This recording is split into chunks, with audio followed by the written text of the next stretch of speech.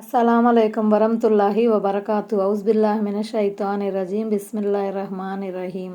సూరా 47 మొహమ్మద్ 16-38 ఆయాతులు. మొహమ్మద్ అనగా దైవ ప్రవక్త ముహమ్మద్ సల్లల్లాహు అలైహి వసల్లం. ఆయత్ నంబర్ 16. వారిలో కొందరు ఉన్నారు, వారు నీ వైపు చెవియొగ్గి ఉంటారు, కానీ వారు నీ దగ్గర నుంచి నిష్క్రమించాక జ్ఞాన సంపన్నులతో ఇందాక ఈయనగారు చెప్పిందేమిటి అని అడుగుతారు. అల్లాహ్ సీలు వేసినది ఇలాంటి వారి హృదయాలకే. వారు ఎంతసేపటికి తమ మనోవాంఛలను అనుసరిస్తూ ఉంటారు. వీళ్ళు కపట ముస్లింలు, వీళ్ళ సంకల్పం మంచిది కాదు.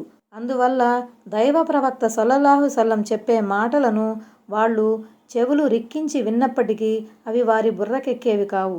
సమావేశాల నుంచి బయటకు వచ్చిన తరువాత తోటి సహచరులను ఉద్దేశించి ఆయన సల్లల్లాహు అలైహి వసల్లం గారు చెప్పిందేమిటి అంటూ ఆరా తీసేవారు. ఆయత్ నంబర్ 17. మరెవరైతే సన్మార్గాన్ని పొందారో వారి సన్మార్గ భాగ్యంలో ఆయన అల్లాహ్ మరింత వృద్ధిని ప్రసాదించాడు. వారికి వారి ధర్మనిష్టను తక్వాను కూడా అనుగ్రహించాడు. సన్మార్గాన్ని పొందాలన్న ఉద్దేశం మనసులో ఉంటే గనక అల్లాహ్ తప్పకుండా హృదయ కవాటాలను తెరుస్తాడు, సహన స్థైర్యాలను కూడా ప్రసాదిస్తాడు. ఆయత్ నంబర్ 18. ఏమిటి, ప్రళయ గడియ హఠాత్తుగా తమ పైకి రావాలని వారు ఎదురు చూస్తున్నారా? నిస్సందేహంగా దానికి సంబంధించిన సూచనలు ఇప్పటికే వచ్చేశాయి. మరి ఆ గడియ గనక వచ్చి పడితే హితబోధను గ్రహించే అవకాశం వారికి ఎక్కడ ఉంటుందని. అంతిమ దైవ ప్రవక్త సల్లల్లాహు అలైహి వసల్లం వారి ప్రభవనం సైతం ప్రళయం సమీపించిందనటానికి ఒక తార్కాణం. ఆయన సల్లల్లాహు అలైహి వసల్లం నా ప్రభవనమును ప్రళయ దినం ఈ 2 వేళ్ళు లాంటివి అని చెప్పారు. ఏ విధంగానైతే ఈ 2 చేతి వ్రేళ్ళు దగ్గరగా ఉన్నాయో అదేవిధంగా నాకు ప్రళయ దినానికి మధ్య కూడా పెద్దగా అంతరం లేదు. లేక ఏ విధంగానైతే ఈ 2 వ్రేళ్లలో ఒక వ్రేలు కొంచెం పొడవుగా ఉందో అదేవిధంగా ప్రళయదినం నాకన్నా కొంచెం ఎదర ఉంటుందని ఆయన సల్లల్లాహు అలైహి వసల్లం పలుకుల్లోని ఆంతర్యం. ప్రళయదినం అకస్మాత్తుగా వచ్చిపడినప్పుడు ఈ అవిశ్వాసుల ఉపదేశం ఎలా గ్రహించగలుగుతారు? ఒకవేళ ఆ క్షణంలో వారు పశ్చాత్తాపం చెందినా అది దైవ సన్నిధిలో స్వీకారయోగ్యం కాజాలదు కదా. కాబట్టి పశ్చాత్తాపం చెందదలుచుకుంటే ఇదే సరైన సమయం. దాన్ని చేజార్చుకుంటే చివరకు బాధపడాల్సింది వారే. ఆయత్ నంబర్ 19. కనుక ఓ ప్రవక్త, అల్లాహ్ తప్ప మరో ఆరాధ్యుడు లేడని నువ్వు బాగా తెలుసుకో. నీ పొరపాట్లకు గాను క్షమాపణ వేడుకుంటూ ఉండు. విశ్వాసులైన పురుషుల, విశ్వాసులైన స్త్రీలందరి మన్నింపు కోసం కూడా వేడుకుంటూ ఉండు. మీ రాకపోకలను గురించి, మీ విశ్రాంతి స్థలాల గురించి అల్లాహ్కు బాగా తెలుసు.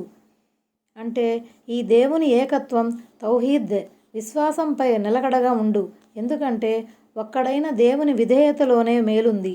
దాని పట్ల విముఖత బహుదైవారాధనకు, పాపాలకు మార్గం తెరుస్తుంది. అది కీడుకు ప్రతిరూపం అని తెలుసుకో. ఈ ఆయతులో తన పొరపాట్ల మన్నింపు కోసం దైవాన్ని ప్రార్థించడంతో పాటు సమస్త ముస్లిం స్త్రీ పురుషుల మన్నింపు కోసం కూడా ప్రార్థించవలసిందిగా మహాప్రవక్త సల్లల్లాహు అలైహి వసల్లంకు ఆదేశించబడింది.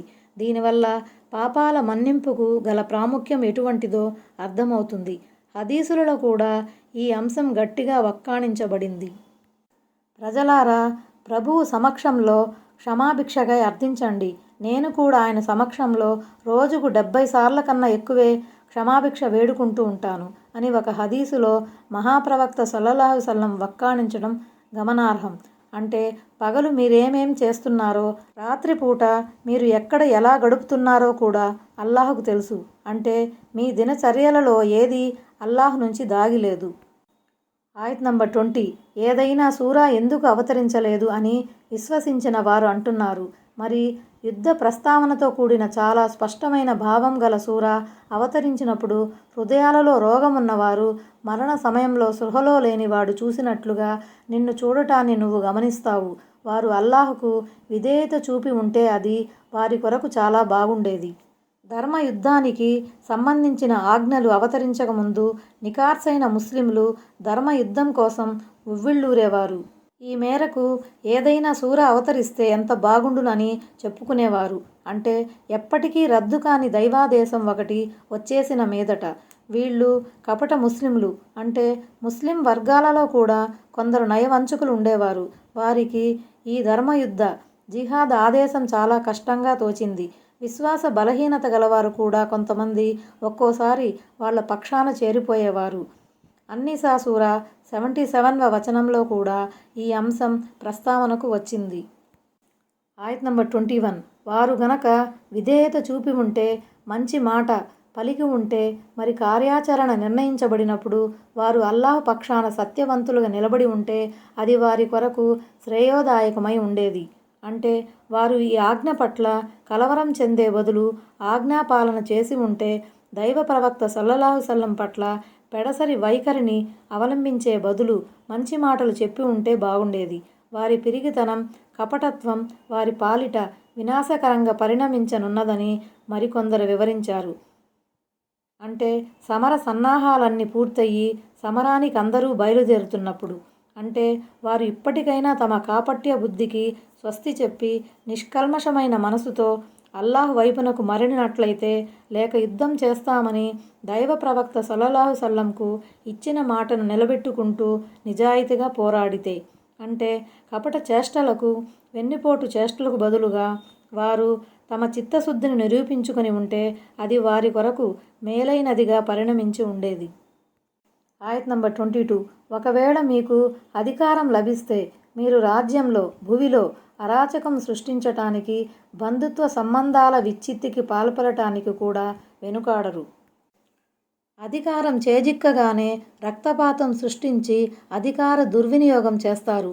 ఇమాం ఇబ్న కసీర్ మాత్రం తవల్లైతుం అనే పదాన్ని మీరు ధర్మయుద్ధం పట్ల విముఖత చూపితే అన్న భావంలో తీసుకున్నారు.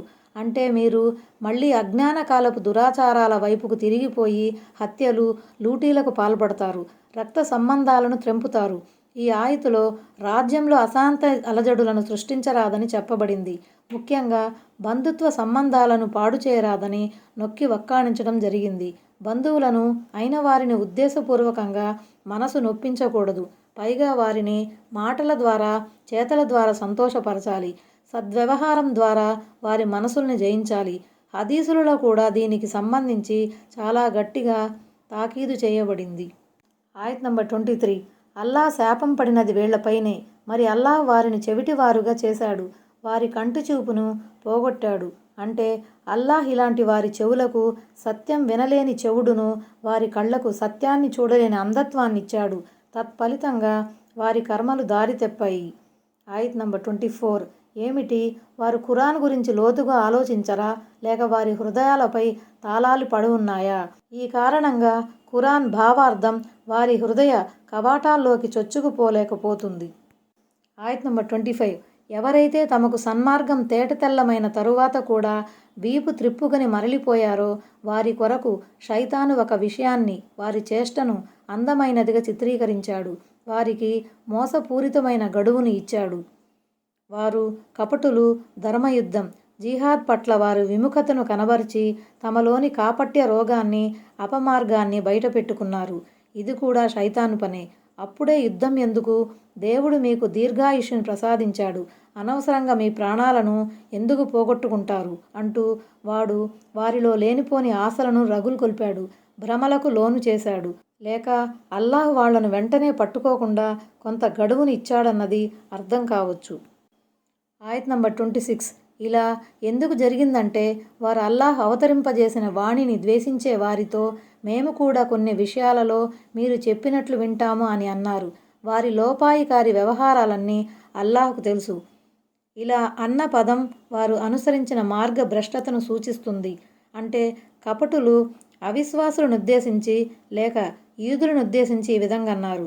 అంటే దైవ ప్రవక్త సల్లల్లాహు సల్లంను, ఆయన తెచ్చిన జీవన విధానాన్ని వ్యతిరేకించే విషయంలో మేము మీకు తోడుగా ఉన్నామని వారు హామీ ఇస్తున్నారన్నమాట. వేరొక చోట చెప్పబడినట్లు వారి రహస్య మంతనాలను అల్లాహ్ వ్రాస్తూ పోతున్నాడు. ఆయత్ నంబర్ 27. మరి దైవదూతలు వారి ఆత్మలను స్వాధీనం చేసుకుంటూ ఎడాపెడా వారి చెంపలపై, వారి పిరుదులపై వాయిస్తూ ఉన్నప్పుడు వారి గతేమవుతుంది? మరణదూతలు ఈ అవిశ్వాసుల ప్రాణాలను తీసుకునే సమయంలో ఏర్పడే పరిస్థితి ఎలా ఉంటుందో ఇక్కడ చెప్పబడింది. మరణదూతల నుండి తప్పించుకునేందుకు ఆ దురాత్మలు శరీరం లోపల దాక్కునేందుకు యత్నిస్తాయి. అటు ఇటు పారిపోసాగుతాయి. అప్పుడు దూతలు వాటిని ఒడిసి పట్టుకుంటారు, ఎడాపెడా వాయిస్తారు. ఈ విషయం ఇంతకు ముందు అన్ఆమ్ సూరా 93లో, అన్ఫాల్ సూరా 50లో కూడా వచ్చింది. ఆయత్ నంబర్ 28. వారి ఈ దుర్గతికి కారణం వారు అవలంబించిన మార్గమే. తద్వారా వారు అల్లాహ్ను అప్రసన్నుణ్ణి చేశారు. ఆయన ప్రసన్నతను వారు ఇష్టపడలేదు. అందుకే అల్లాహ్ వారి కర్మలను వృధా గావించాడు. ఆయత్ నంబర్ 29.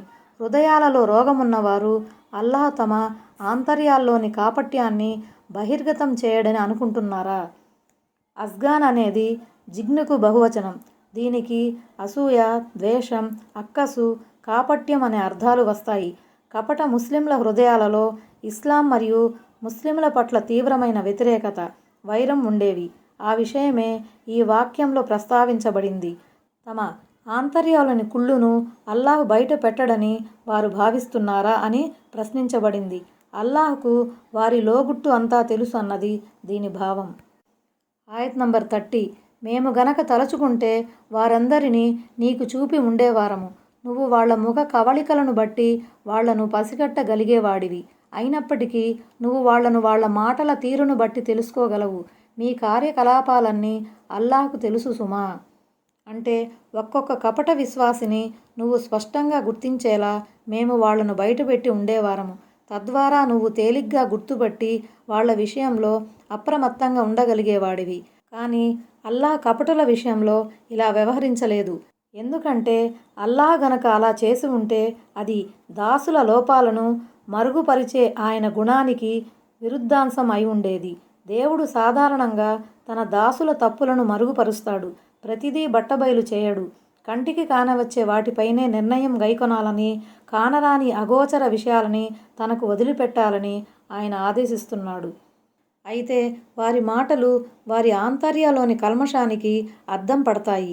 వాటిని బట్టి దైవ ప్రవక్త వారిని తెలుసుకోగలుగుతాడు. మనసులో ఉన్నదాన్ని దాచాలని మనిషి ఎంతగా ప్రయత్నించినా అది దాగదు. అతని హావభావాలు, అతని మాటలు, చేష్టలు, కదలికలు అతని ఆంతర్యాలోని రహస్యాన్ని బహిర్గతం చేస్తూ ఉంటాయి. ఆయత్ నంబర్ 31.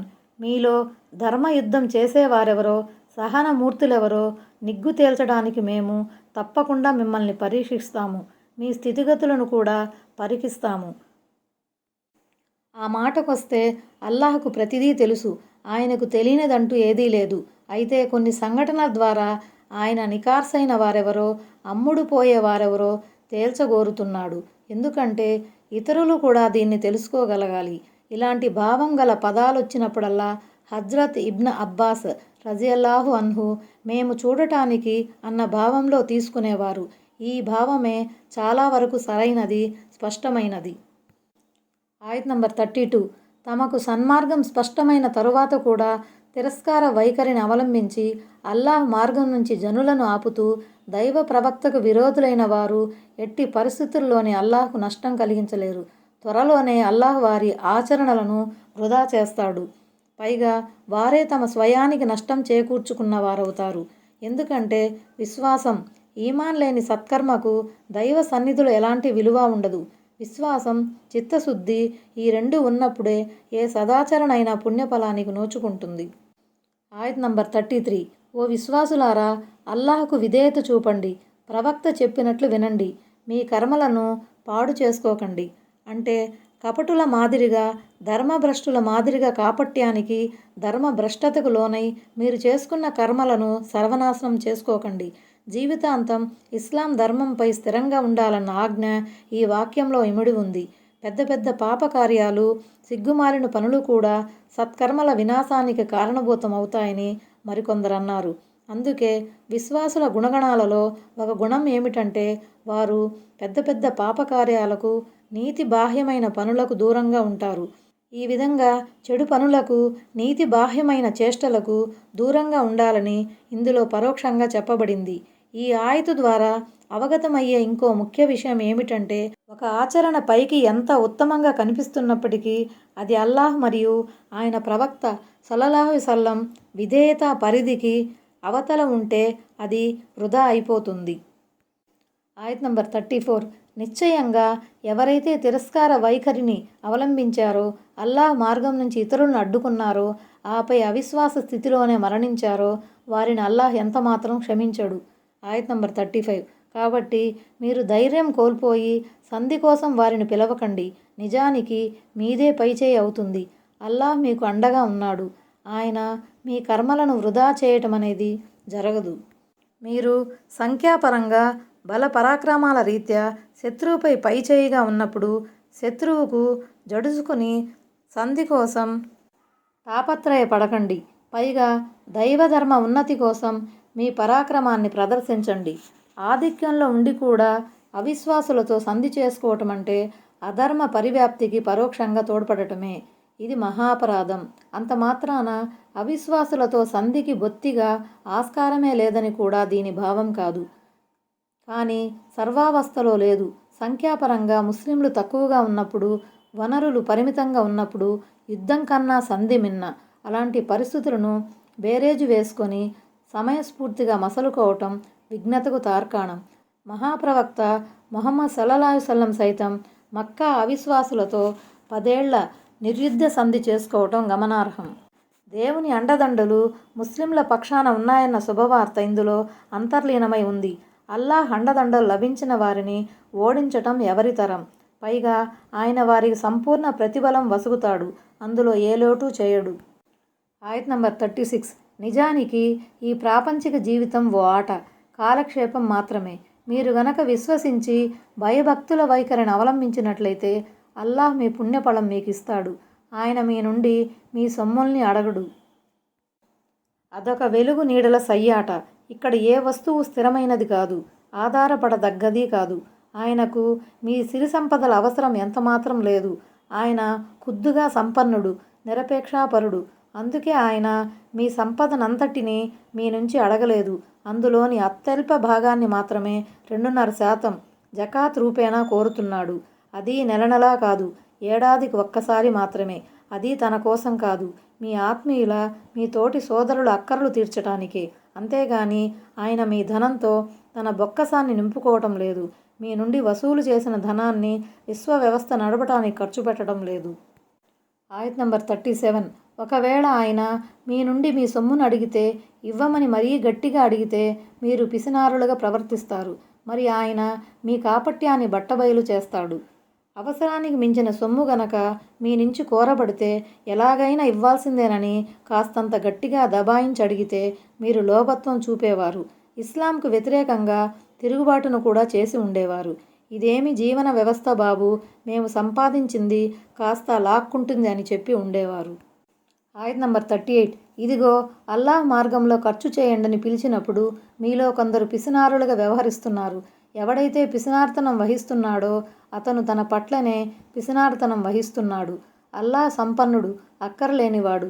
మీరేమో పేదలు, ఆయనపై ఆధారపడినవారు. ఒకవేళ మీరు గనక మరలిపోతే ఆయన మీ బదులు మీ స్థానంలో మరో జాతి వారిని తీసుకువస్తాడు. మరి వారు మీలాంటి వారై ఉండరు. అంటే కొంత సొమ్మును జకాత్గా చెల్లించి మరికొంత సొమ్మును దైవ మార్గంలో ఖర్చు పెట్టమని కోరినప్పుడు, అంటే లోబిగా మారి దైవ మార్గంలో ఖర్చు పెట్టడం వల్ల లభించే పుణ్యానికి దూరం అవుతున్నాడు. దైవ మార్గంలో ఖర్చు పెట్టేందుకు ఆయన మిమ్మల్ని ప్రోత్సహిస్తున్నాడంటే ఆయన దగ్గర ధనం లేక కాదు. ఆయన గొప్ప సంపన్నుడు. ఆయనకు మీ ధనధాన్యాల అవసరం ఏమీ లేదు. కాకపోతే మీ మేలును కోరి ఆయన మీకు ఇలా ఆదేశిస్తున్నాడు. ఎందుకంటే ఈ దానం ద్వారా మీ ఆత్మలు పరిశుద్ధమవుతాయి. దాంతోపాటు సమాజంలోని అగత్య పరుల అవసరాలు తీరుతాయి. సామాజిక సమస్యలు పరిష్కృతం అవుతాయి. తద్వారా మీరు శత్రువును జయించగలుగుతారు. ఎట్టి పరిస్థితుల్లోనైనా మీరు అల్లాహ్ దయపై ఆధారపడి ఉన్నారే తప్ప ఆయన మీపై ఆధారపడి లేడని తెలుసుకోండి. అంటే మీరు గనక ఇస్లాం పట్ల విముఖులై అవిశ్వాసులైపోయినట్లయితే, అంటే దైవ విధేయతలోనూ దైవ ప్రవక్త మాట వినటంలోనూ వారు మీకన్నా ముందంజలో ఉంటారు. దైవ మార్గంలో నిస్సంకోచంగా ఖర్చు పెట్టేవారే ఉంటారు. ఇంతకీ వారెవరు అని దైవ ప్రవక్త సల్లల్లాహు సల్లంను అడగ్గా ఆయన సల్లల్లాహు సల్లం హజరత్ సల్మాన్ ఫార్సీ రజియల్లాహు అన్హు భుజంపై చేయిబెట్టి ఇలా అన్నారు. వారు ఈయన జాతివారు. ఎవరి ఆధీనంలో నా ప్రాణముందో ఆయన సాక్షి. ఒకవేళ విశ్వాసం నక్షత్రానికి వేలాడుతున్నా సరే దాన్ని పారసీకుల్లోని కొందరు వ్యక్తులు సాధిస్తారు. అస్సలాము అలైకుం వరహ్మతుల్లాహి వబరకాతుహు.